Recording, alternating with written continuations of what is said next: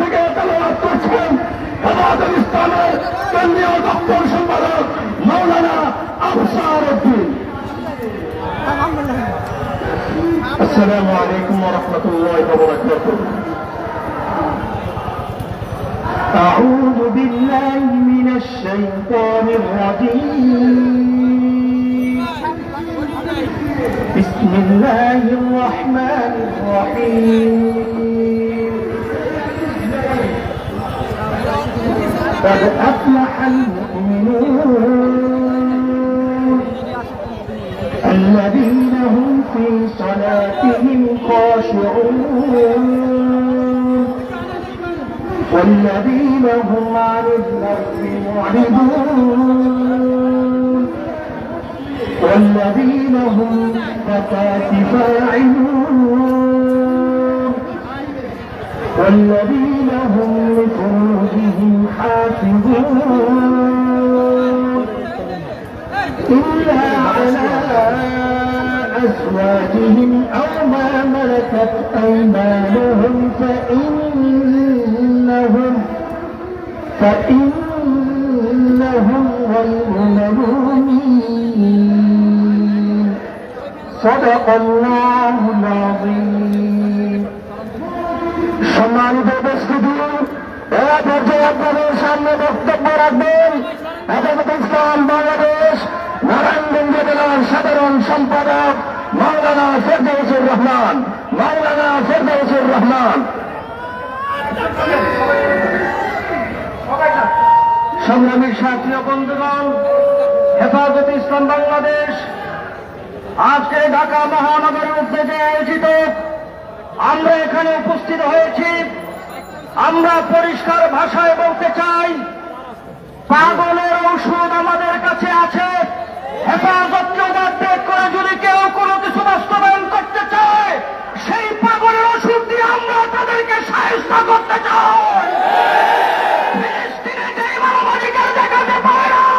কাশ্মীরে যারা মানবাধিকার দেখাতে পারে না, বাংলাদেশে 90 থেকে 95 ভাগ মুসলমানের মানবাধিকার দেশে। তোমাদের মতন বাবুতাবাজি মানবাধিকার আমরা দেখতে চাই না। ইসলামকে যদি তোমরা চ্যালেঞ্জ করো, আল্লাহর নামে শপথ করে বলছি, এই মানবাধিকার ভেঙে টুকরা টুকরা করা হবে ঠিক না।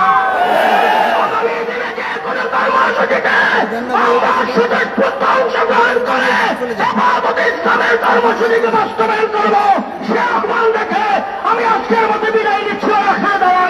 আলহামদুলিল্লাহ রাব্বিল আলামিন। আসসালামু আলাইকুম ওয়া রাহমাতুল্লাহ। এই পর্যায়ে আপনাদের সামনে গুরুত্বপূর্ণ বক্তব্য নিয়ে আসছেন হেফাজতুল ইসলাম বাংলাদেশের কেন্দ্রীয় সহকারী বিষয়ক সম্পাদক মাওলানা এনামুল হক মুসা।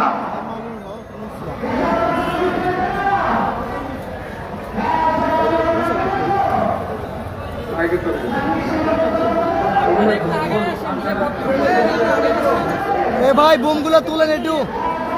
সংগ্রামী বিক্ষুব্ধ জনতা, ভাই নিচে যেটা পড়ছে তুলেন। আমরা এমন একটি মাসে আজকে হেফাজতে ইসলাম বাংলাদেশ ঢাকা মহানগরীর উদ্যোগে প্রতিবাদ সমাবেশে মিলিত হতে হয়েছে। এটা অত্যন্ত লজ্জাকর বিষয়, ঠিক কিনা? কারণ এই জুলাই এবং আগস্ট মাস বাংলার ইতিহাসে অত্যন্ত উজ্জ্বল এবং বিজয়ের মাস। এই মাসে কেয়ারটেকার সরকারের বিরুদ্ধে হেফাজতে ইসলামকে রাজপথে নামতে হবে, এটা আমরা বাধ্য লজ্জাবোধ করছি। পরিষ্কার ভাষায় বলে দিতে চাই, কেয়ারটেকার সরকার মানে অস্থায়ী সরকার।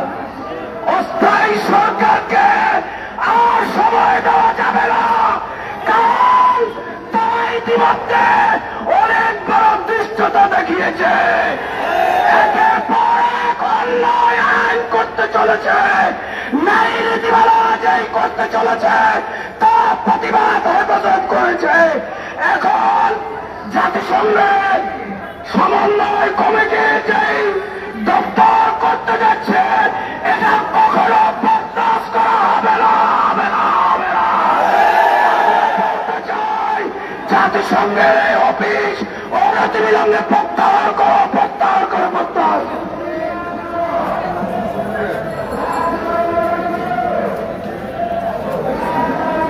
সংগ্রামী তৌহিদি জনতা, এই পর্যায়ে বক্তব্য নিয়ে আসছেন নির্যাতিত নেতা মুফতি ফখরুল ইসলাম। মুফতি ফখরুল ইসলাম।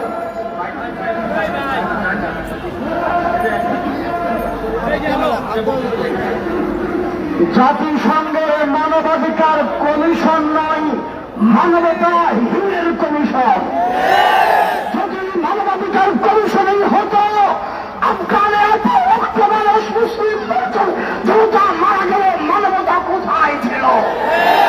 ফিলিস্তিনে তোমাদের মানবতা কোথায় ছিল? কাশ্মীরে মানবতা কোথায় ছিল? সিরিয়ায় মানবতা কোথায় ছিল? গত 16 বছরে আমি ফ্যাসিস্টের আমলে বাংলাদেশে হাজারো হাজারো মানুষ শহীদ হয়েছে, গুম হয়েছে, নির্যাতনের শিকার হয়েছে। তোমাদের মানবতা এতদিন কোথায় ছিল? বাংলাদেশে নতুন করে মানবাধিকার কমিশন স্থাপনের উদ্দেশ্য আপনার বাংলাদেশের সমকামিতার বীজ বপন করার নতুন ষড়যন্ত্র মাত্র। হেফাজত ইসলাম ঘুমায় নাই, হেফাজত বাংলাদেশ ছেড়ে দিল্লি পালায় নাই, হেফাজত আছে। মুরব্বীরা কর্মসূচি দিবে, আমরা জান মাল বাজি রেখে কর্মসূচি পালন করব। প্রয়োজনে মানবাধিকার কমিশনের প্রতিনিধি খুলে খুলে নিয়ে যাবো ইনশাআল্লাহ।